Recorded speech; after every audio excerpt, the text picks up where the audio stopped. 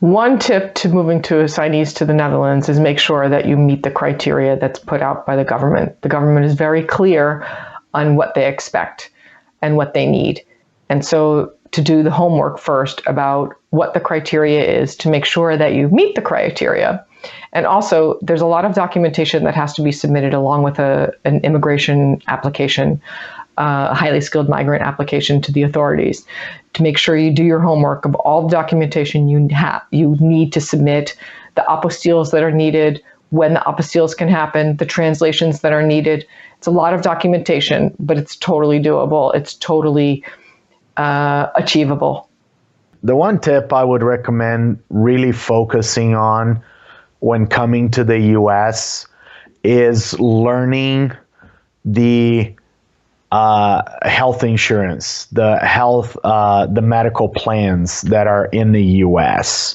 For employees that are coming from socialized medicine to the US, that can really come into, in surprise when dealing on how to access that medical benefit. So when employees are relocating to Switzerland, what we do, we brief them both around, of course, the culture of the company, on how we work, but we really touch on the country itself, right? And depending on where they are coming from, we do prepare them for the slower pace of living in Switzerland and a little bit what we call the quirks of the country, right? Things about respecting rest time, respecting a Sunday where you will not be lawn mowing your lawn because it's going to cause too much noise for your neighbor. Things that they are going to respect. We prepare the employees, especially that we operate into the German-speaking area, that they do need to make an effort to try to learn the language. It helps into assimilation. It helps into the day-to-day trips to the supermarket, to the restaurants. And as an organization, we do provide them the platform to gain those knowledge, right? Every employee that actually relocates to any country will receive a language program in order to better integrate the country where they are going to. But especially for Switzerland, each of the mobility team would have had some experience into how it is to live into the country and share that from a personal perspective. And we feel that that does help them, that gives them that head start and create a different level of expectations where they are coming from, right? I mean, we have employees who move from the US, from Singapore, our two other headquarters, where shops are open 24/7. Any point in time, they can get to a supermarket and they can get food.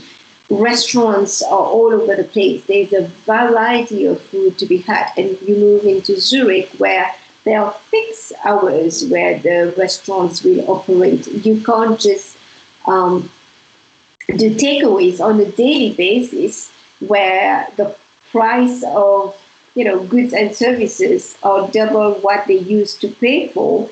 So all of these little tips, we will definitely make sure that our employees are aware of them, because it's critical to create the right expectations and make sure that they know in which country they are coming from and going into. And that will apply to any country combinations that our employee is going to move from and to. My top 3 tips, again, are always communication, ensuring that you are actively communicating with your assignee and the business to ensure that the right level of support is being provided, and also that they're able to settle in and their move goes very, very smoothly.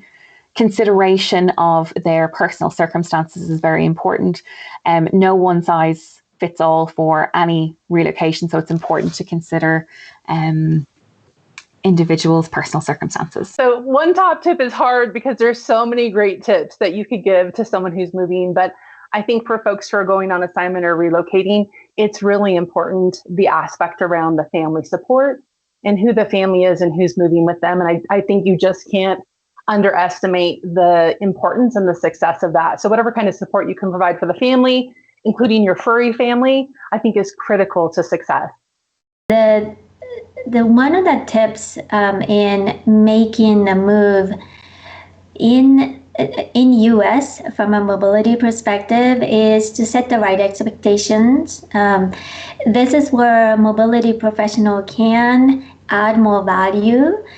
The relocation consultants, if you outsource the relocation processes, they will be more focused on processes, but the internal mobility consultants can help transferees assimilate to the new culture, or at least have a right expectations. There are lots of YouTube videos available.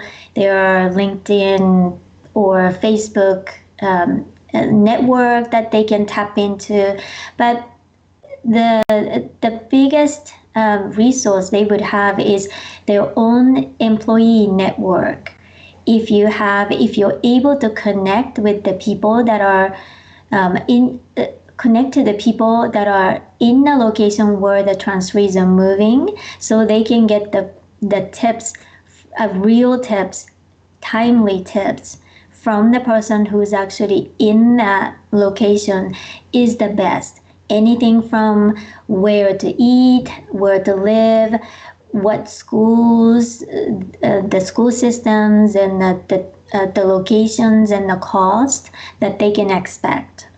Be open, and understand their situation, and always keep them informed. Like, you have to always keep them in the loop with everything that is happening, so they understand where we are going, because they will not be focused with you 100%. Making sure that the assignment family has access to local services. I think that's one of the biggest questions that I get about, where's going to be the local hospital, or where I'd go for health services and so forth. So I think that's one of the big areas to make sure is addressed. And then understanding the school system and making the best choice for the children, public versus private school. I've worked for a company where private school was often the norm, either international schools or German schools or some of the others in the area. But I had a colleague who was coming to work in global mobility, and her son was relatively young and had decided to put him into public school so that he could be fully immersed in the language and the culture, and it wouldn't really set him back too far in school when he returned, and they agreed that it was going to be a really good experience for him to do that. My tip just for moving employees into the U.S. again would have to be, don't forget about that on-the-ground support. Even though your employee may speak English, and obviously the United States is an English-speaking country, I think oftentimes we forget about the little things, the getting a driver's license, getting a social security number, opening up a bank account. So really providing that on-the-ground support so that transition to the U.S. is as smooth as possible.